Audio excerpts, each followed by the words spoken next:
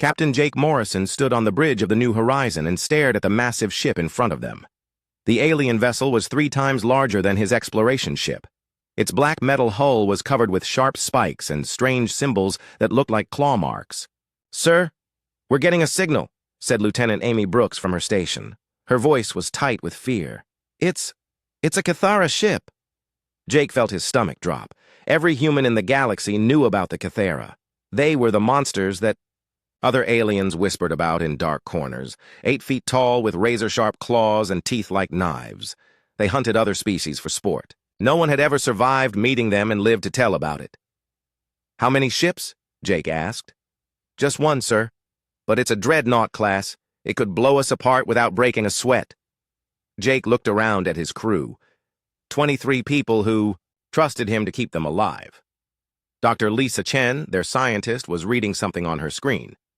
Her face was pale. The other crew members were trying to look brave, but Jake could see the fear in their eyes. "They're sending another signal," Amy said. It's in our language. They want to come aboard." Jake closed his eyes for a moment. Running was not an option. The Cathara ship was too fast and too powerful.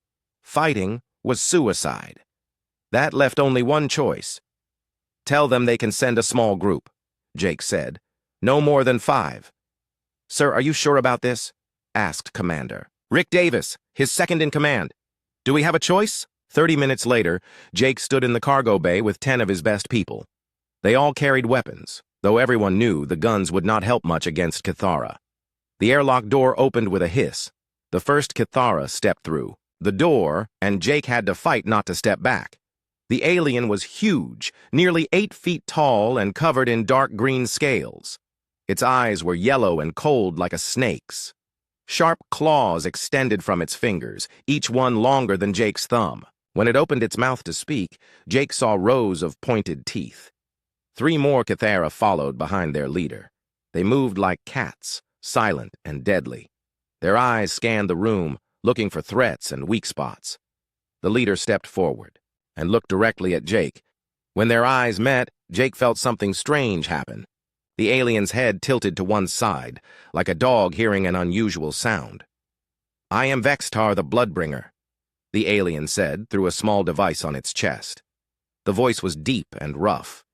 "You are the leader of this vessel." "Captain Jake Morrison," Jake replied. He kept his voice steady and looked straight into those yellow eyes. He would not show fear. Vextar moved closer. Jake's crew tensed up, ready to fight, but Jake held up his hand to keep them calm.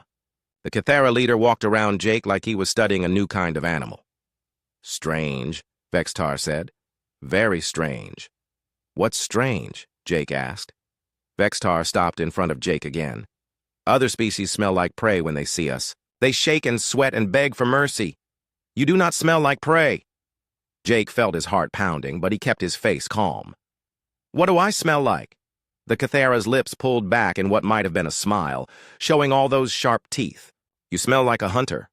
Dr. Lisa Chen stepped forward from the group. "What do you mean by that?"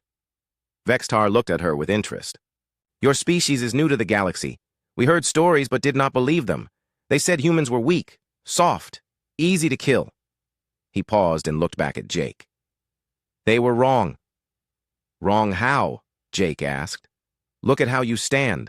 Look at your eyes. You watch everything. You think of ways to fight even when fighting means death. You protect your pack." Vextar gestured to the crew behind Jake. "These are the signs of a predator." Amy Brooks spoke up from her position near the wall. "The other species in the galaxy, they're not predators. Some hunt for food, but they are not true hunters. They do not have the killer's instinct." Vexatar walked closer to Amy. She did not back away. "But you do. All of you do." Jake watched as the other 3 Cathara spread out around the room. They were not getting ready to attack.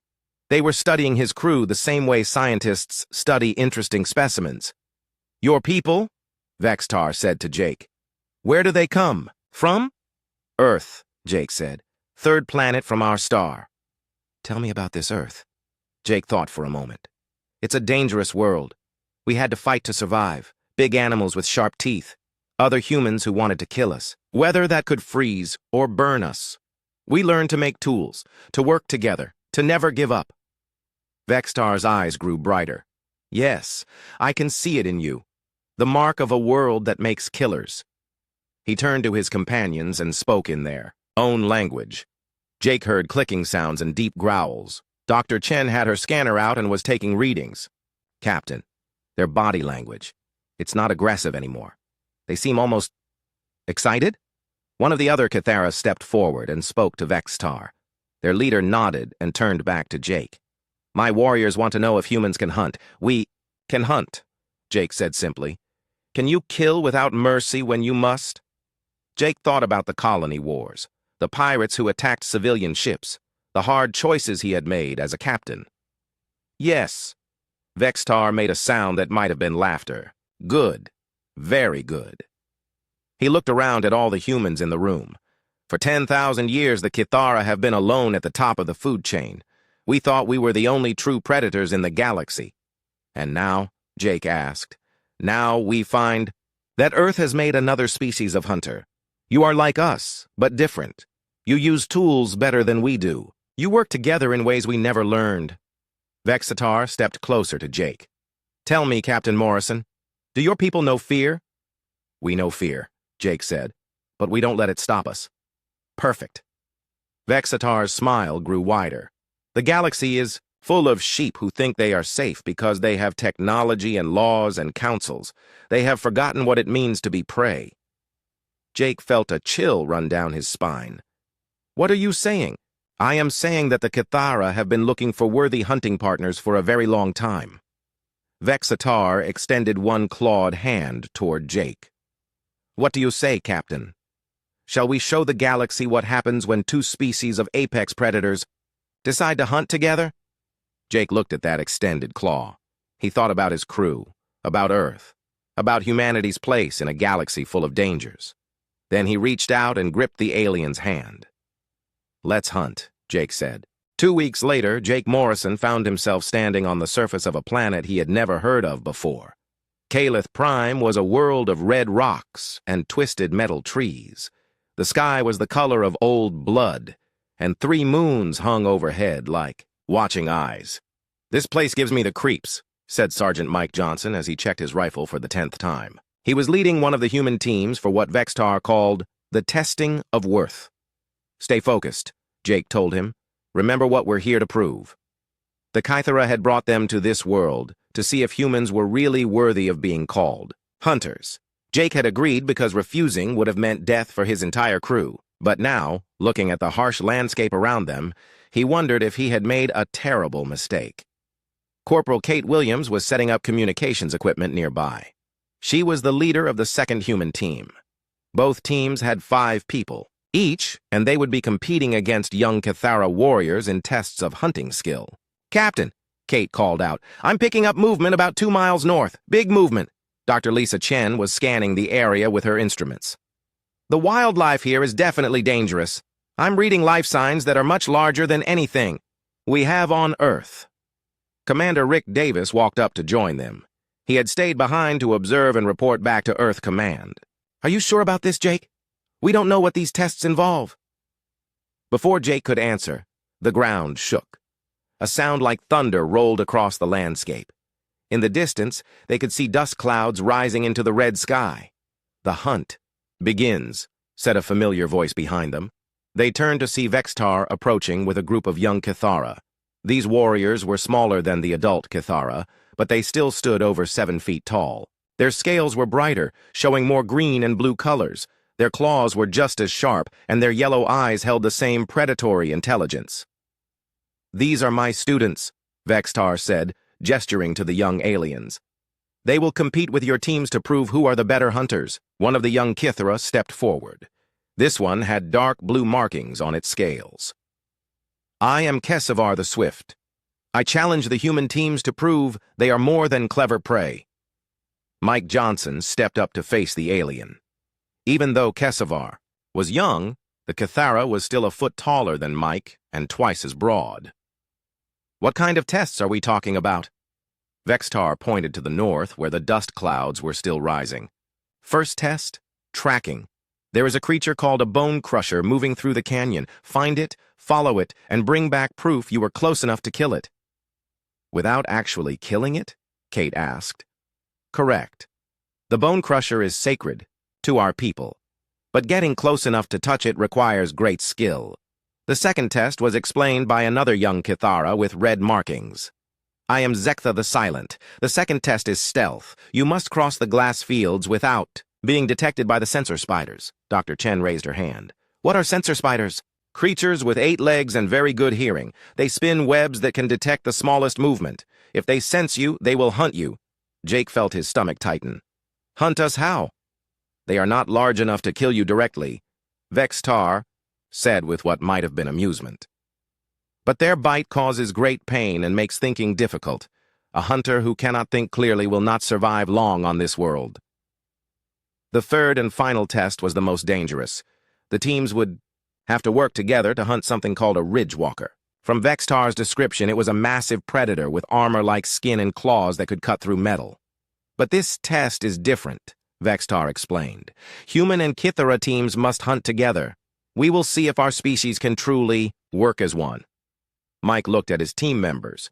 They were all good soldiers, but they had never faced anything like this.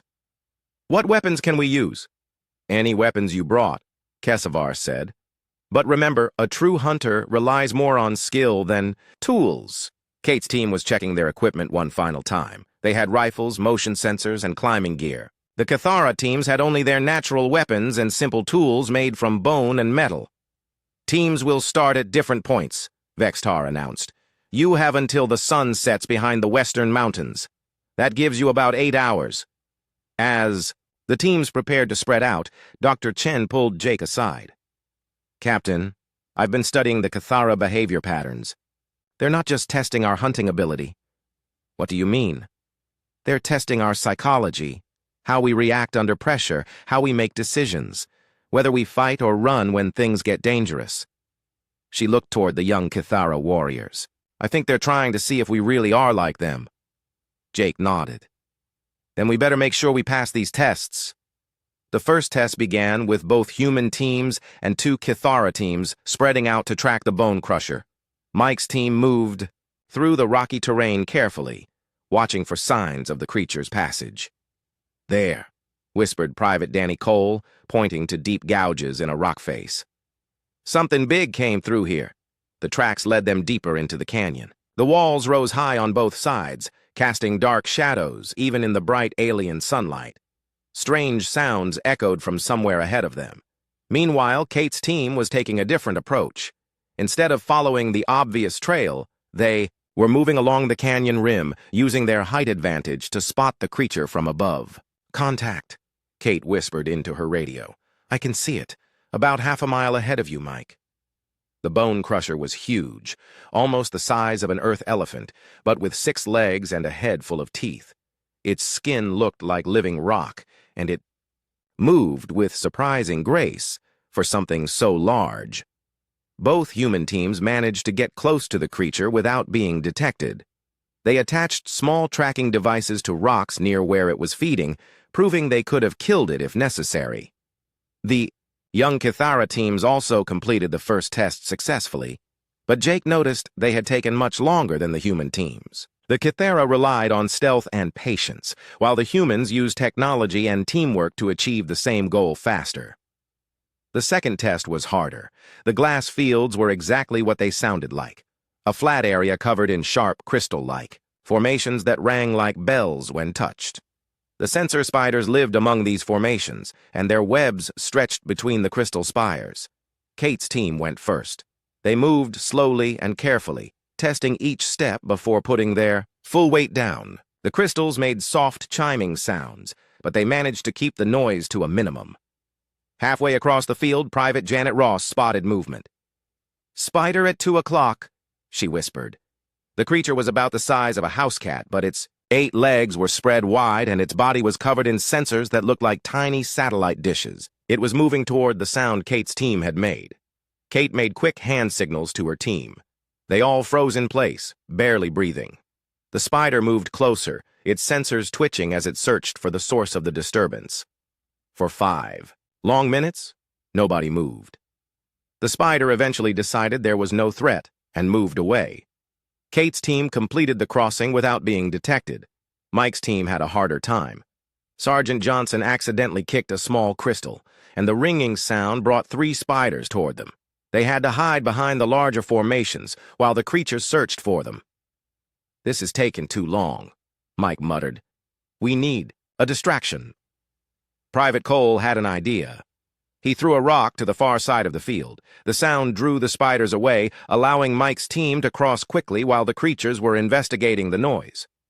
Both Kithra teams also completed the second test, but like the first test, they took longer than the humans. The young aliens seemed impressed by human problem-solving abilities. As the sun began to move toward the western mountains, all 4 teams gathered for the final test. This time, humans and Kithara would work together to hunt the Ridgewalker. Vextar addressed the mixed teams. "This creature is dangerous to both our species. You must trust each other completely, or you will not survive."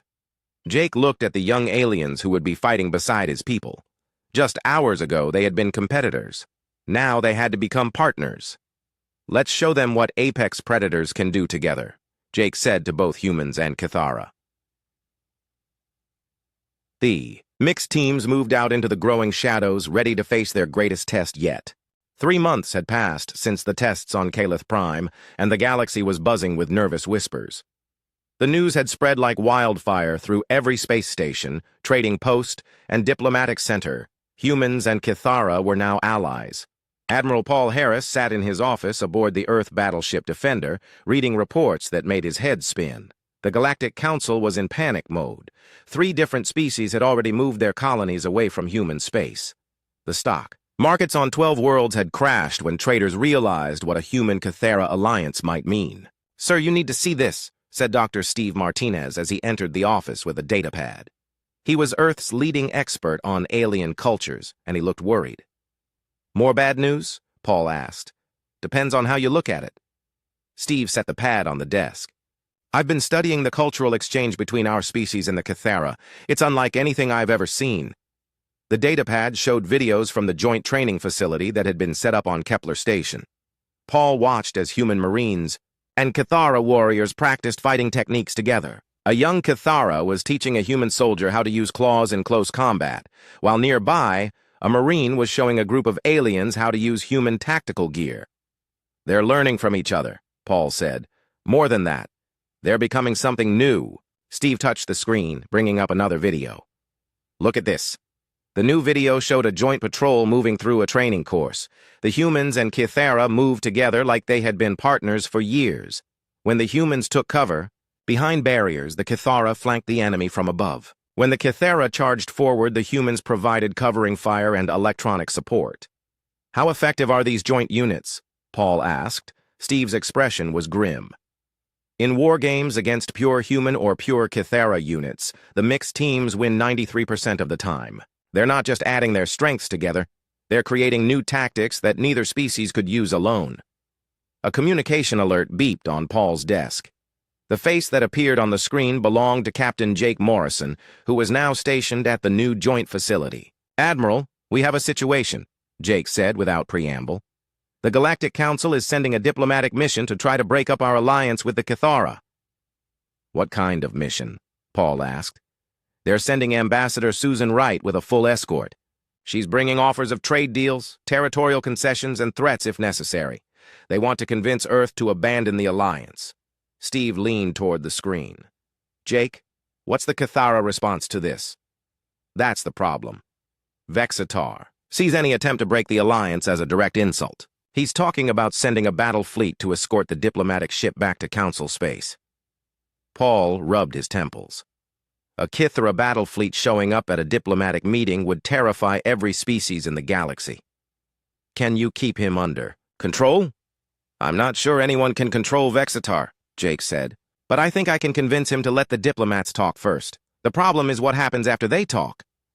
The communication ended, and Paul looked at Steve. "What do you think the Council is really after?" "They want to separate us before we get too strong," Steve said. "Think about it from their perspective. For thousands of years, the galaxy has been stable because the most dangerous species, The Cathara were scattered and disorganized. They hunted alone or in small groups. And now? Now they have human technology, human tactics, and human organization. Plus, we have their strength and their fearlessness. Together, we're becoming something the galaxy has never seen before. Paul stood up and walked to the window. Outside, he could see human and Cathara ships docked at the same space station. The sight should have been impossible. Before the Alliance, no species had ever been able to work with the Cathara as equals. "There's something else," Steve said quietly. "I've been monitoring communications from other species. Some of them are starting to copy our tactics." "What do you mean?" "The Zentari military has started training their soldiers in small unit tactics like ours. The Voshtai merchant fleets are hiring Cathara security teams. Even peaceful species are realizing that the old ways of doing business might not work anymore." Paul turned back to face Steve. "Because we've changed the rules." "Exactly. When two apex predator species form an alliance, everyone else has to adapt or become prey." A week later, the diplomatic mission arrived at Kepler Station. Ambassador Susan Wright was a skilled negotiator who had helped end 3 major conflicts. She brought with her representatives from 12 different species, all united in their concern about the human-Cathara alliance. Jake Morrison and Vextar met the diplomatic team in the station's main conference room. The room had been designed to accommodate both human and Cathara needs, with low lighting that both species preferred and furniture sized for different body types. Susan Wright got straight to the point. "Captain Morrison, the Galactic Council is prepared to offer Earth significant benefits in exchange for ending your alliance with the Cathara."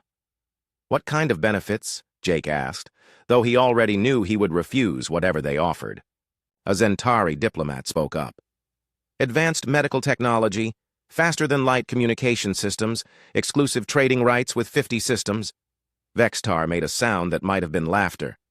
"They offer you shiny toys to abandon your hunting partners." "It's not about toys," Susan said, addressing Vextar directly for the first time. "It's about stability. Your alliance is making other species nervous." "Good," Vextar replied. "Prey should be nervous when predators hunt together." The tension in the room was thick enough to cut with a knife. The alien diplomats shifted uncomfortably in their chairs, and Jake could smell the fear sweat coming from several of them. "Let me be clear," Jake said to the assembled diplomats. "Humanity has no intention of abandoning our alliance with the Cathara. We found partners who understand us, and we're not giving that up for any amount of technology or trade deals." A Voshtai representative leaned forward. "Captain, you must understand the broader implications. If other species begin forming similar alliances, it could lead to a galactic war. Then maybe those species should have thought of that before they spent centuries treating both humans and Cathara as outsiders," Jake replied.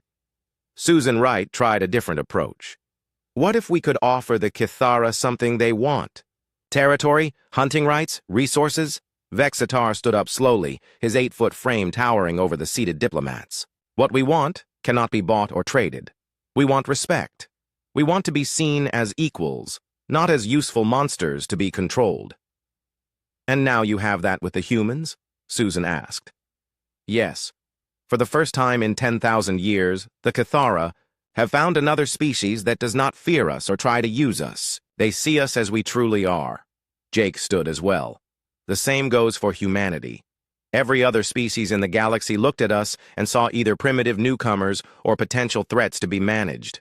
The Cathara saw us as fellow hunters." The meeting went on for several more hours, but the outcome was never in doubt. The diplomats offered everything they could think of, but they could not offer the one thing that both humans and Cathara truly wanted: recognition as equals. When the diplomatic mission finally left Kepler Station, they carried with them a message that would reshape galactic politics forever. The Human-Cathara alliance was not going anywhere. If anything, it was getting stronger.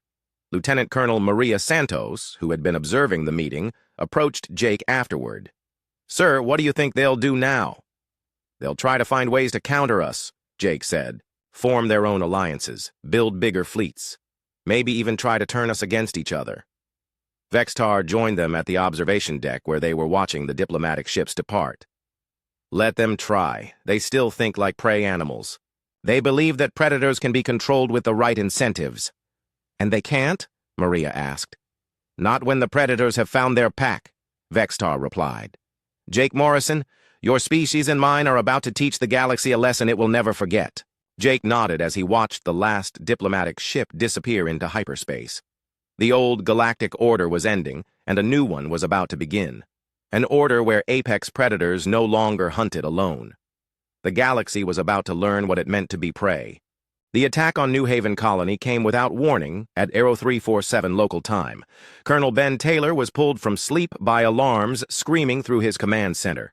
The orbital sensors showed 23 Skeltar warships dropping out of hyperspace, above the planet. Sir, they're not responding to our communications, reported Lieutenant Nancy Kim from her station. They're jamming all frequencies and moving into attack formation. Ben pulled on his uniform as he ran to the command center. New Haven was a farming colony with only 12,000 people.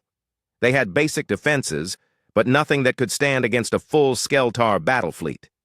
Send an emergency signal to Earth and to the Kythera, Ben ordered. Tell them we're under attack. The Skeltar Empire was known for its brutal efficiency. They conquered worlds quickly and without mercy, using overwhelming force to break any resistance. They had never attacked a human colony before, but Ben knew exactly why they were here now. They want to test us, he said to his staff. Show the galaxy that our alliance with the Kythera doesn't mean anything when facing real military power. The first orbital strikes began 10 minutes later. Bright beams of energy lanced down from space, hitting the colony's power plants and communication arrays. The shields around the main settlement flickered and died. Estimate time until ground assault? Ben asked. Skeltar doctrine calls for 3 hours of orbital bombardment followed by mass troop deployment, replied Major Janet White, his intelligence officer. But, sir, help is already on the way. Ben looked at the tactical display. A single Kythera battlecruiser had just entered the system, followed by 3 human destroyers. It was not nearly enough to face 23 enemy ships, but Ben felt hope rising in his chest anyway. That's Warlord Kesavar's ship, Janet said, reading the identification signals. The one who trained with our people on Calith Prime. The young Kythera warrior had grown up fast in the months since the alliance began. He now commanded his own ship and had earned a reputation for fearless tactics that even veteran Kythera found impressive. Kesavar's voice came over the communications system, speaking in heavily accented but clear human language. Colonel Taylor, this is Warlord Kesavar. The Skeltar have made a mistake. They think they are hunting prey. They are about to learn they have entered the territory of apex predators. What's your plan? Ben asked. Human and Kythera ships will attack together. Your destroyers provide electronic warfare and long-range support. My battlecruiser breaks their formation with close assault. Then we hunt them one by one. Ben had seen the joint tactics in training exercises, but never in real combat. The human ships were faster and had better sensors and weapons control. The Kythera ships were heavily armored and designed for brutal close-range fighting. Together, they could punch far above their weight class. All ships, this is Admiral Frank Carter aboard the destroyer Lightning, came another voice. Kesavar is right. We're going to hit them hard and fast. Show them what happens when predators work together. The space battle that followed was like nothing anyone had ever seen before. The human destroyers used their superior speed to dart between the larger Skeltar ships, jamming their communications and targeting systems. While the enemy fleet struggled with electronic interference, Kesavar's battlecruiser smashed into their center like a battering ram. The Skeltar had expected a conventional battle with ships fighting at long range in neat formations. Instead, they found themselves dealing with human hit-and-run tactics, combined with Kythera berserker charges that ignored all tactical doctrine. They're breaking formation, reported the sensor operator aboard the Lightning. The Skeltar ships are trying to scatter. Don't let them, Kesavar replied over the communications. Wounded prey that escapes will warn the rest of the herd. The combined fleet began hunting the scattered Skeltar ships across the system. The human ships would disable enemy vessels with precise strikes, then the Kythera ship would move in for the kill. It was efficient, brutal, and absolutely terrifying to watch. Meanwhile, on the surface of New Haven, Ben Taylor was preparing for the ground assault that he knew was coming. Skeltar troops were already loading into assault shuttles. ready to finish what their orbital bombardment had started. "Sir, we have incoming dropships," called Lieutenant Tommy Lee from the surface radar station. 47 shuttles with an estimated 800 troops. Ben looked at his available forces. 200 colonial militia, 50 regular soldiers, and whatever colonists were willing to fight. Against professional Skeltar soldiers, they would not last long. Then he heard the sound that changed everything. The roar of Kithara assault shuttles screaming through the atmosphere. "This is Huntmaster Zekta," came a familiar voice over the radio. "We bring 40 warriors to join the hunt. Where do you want us?" Ben smiled for the first time since the attack began. "Landing Zone Alpha. We'll coordinate a joint defense of the colony center." The battle for New Haven became a textbook example of human Kithara ground tactics. The human defenders used their knowledge of the terrain and superior technology to set up ambush positions. The Kithara warriors used their physical strength and fearless assault tactics to break enemy formations. Dr. Julie Kim, the colony's chief scientist, found herself documenting the battle from a shelter beneath the main research facility. What she saw through the security cameras amazed her. Human soldiers would pin down Skeltar troops with accurate rifle fire, forcing them to take cover. Then Kithara warriors would charge the enemy positions from unexpected angles, using their claws and natural weapons to devastating effect. The combination of human precision and Kithara ferocity was overwhelming. "The psychological impact is incredible," she spoke into her recorder. "The Skeltar troops keep breaking and running. They've never faced an enemy that combines human tactical thinking with Kithara physical dominance." Captain Alex Brown was leading a mixed unit of human marines and Kithara warriors through the colony's industrial district. His Kithara partner, a veteran warrior named Velnar, moved with deadly grace through the battlefield. "Contact front," Alex called out as they encountered a squad of Skeltar soldiers. 8 hostiles in the processing plant. Velnar made a series of clicking sounds that Alex had learned to recognize as Kithara battle language. The alien warrior was suggesting a flanking maneuver. "Roger that." "Marines, suppressing fire on the main entrance. Velnar, take your team around the back." The coordinated assault was over in minutes. The Skeltar soldiers, caught between human firepower and Kithara close combat specialists, surrendered without killing a single member of Alex's team. As the battle raged across New Haven, word began to spread throughout the galaxy. The first real test of the human-Kithara alliance was happening in front of news reporters and military observers from dozens of species. The Galactic News Network carried live footage of human and Kithara forces fighting side by side. The sight of the 2 apex predator species working as a unified hunting pack sent shockwaves across civilized space. "This changes everything," said a Zentari military analyst being interviewed on the news feed. "We thought the alliance was just a political arrangement, but watching them fight together, they're not just allies, they're pack hunters." By the time the sun set on New Haven, the battle was over. The Skeltar fleet had been completely destroyed, with only 3 ships managing to escape into hyperspace. On the ground, nearly 600 Skeltar soldiers had been killed or captured, while the combined human Kithara force had lost only 37 fighters. Colonel Ben Taylor stood in the ruins of his command center, surrounded by human and Kithara warriors celebrating their victory. The building had been damaged by orbital bombardment, but they had held the colony. "Warlord Kesavar," Ben said to the young Kithara leader, "I owe you and your warriors a debt I can never repay." Kesavar's response was simple. "Pack members do not owe debts to each other. We hunt together, or we die alone." The victory at New Haven sent a clear message across the galaxy. The human-Kithara alliance was not just a diplomatic agreement. It was a predator pack, and any species that threatened one member would face the combined wrath of both.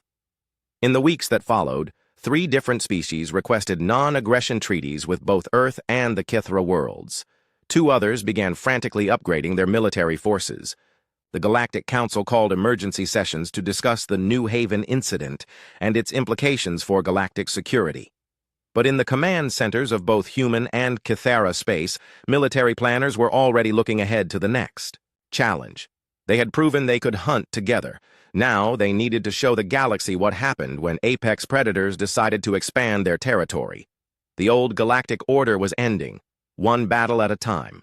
1 year after the Battle of New Haven, General Frank Carter stood on the observation deck of Apex Station and watched ships from two species working together like they had been partners for centuries. Human freighters docked next to Cathara, hunting vessels. Mixed crews moved between ships without a second thought. Children from both species played together in the station's parks. "It still amazes me," said Dr. Nancy Davis as she joined him at the window.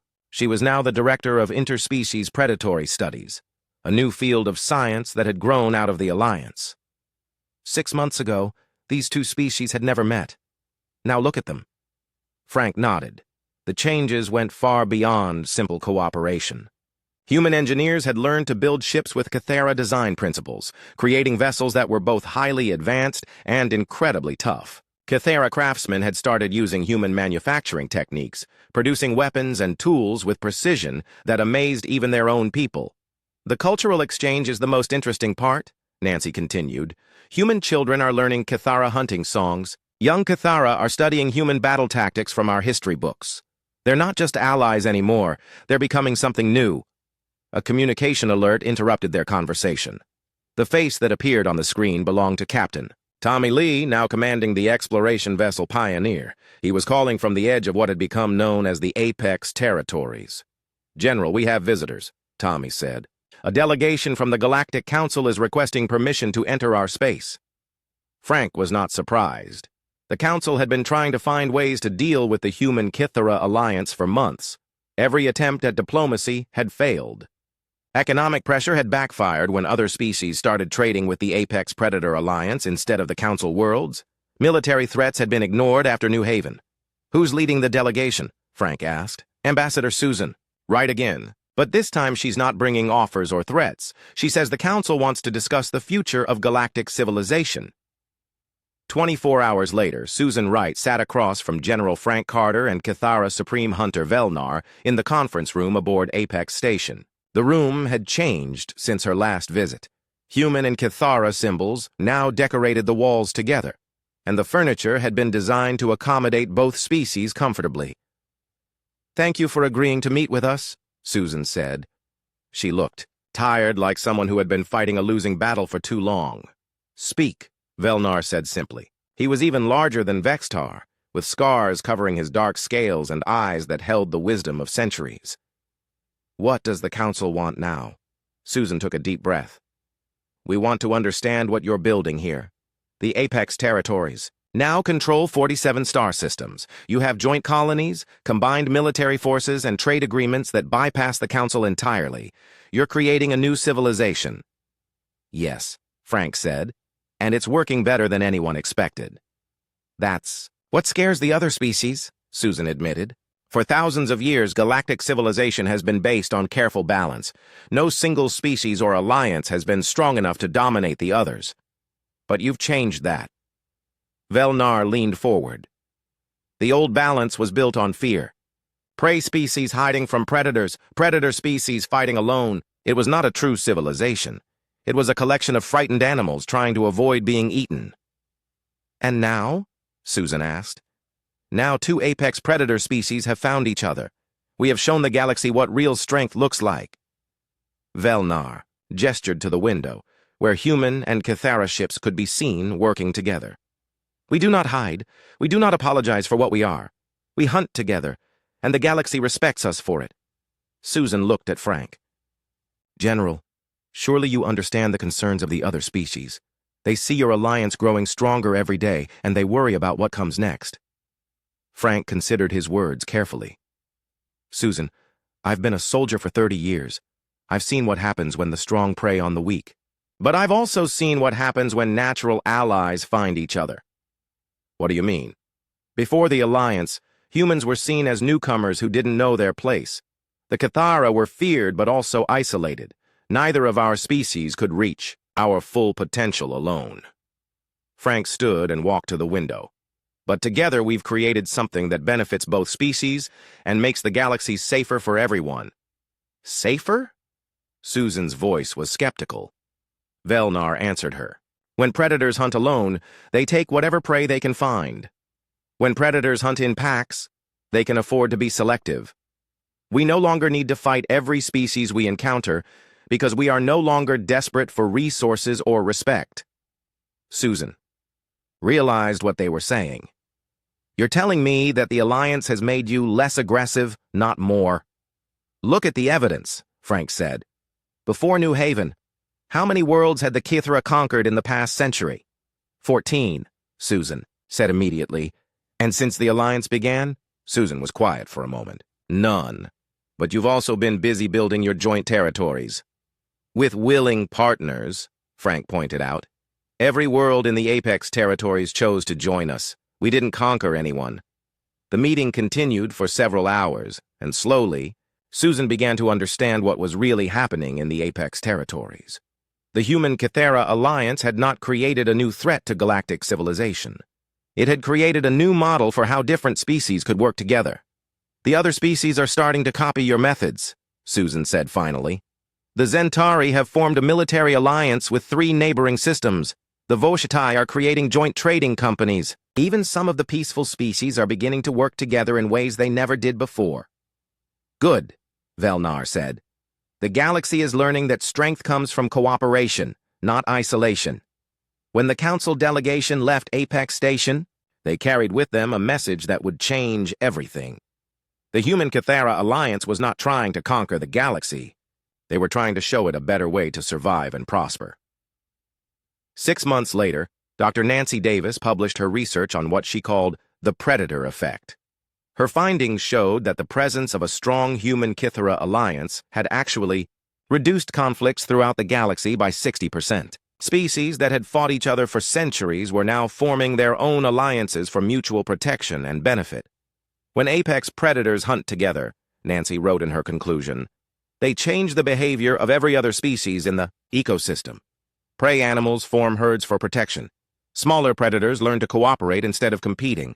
The entire system becomes more stable and more efficient. Captain Jake Morrison, now Admiral of the Combined Apex Fleet, read Nancy's report from his flagship, the treaty vessel Harmony.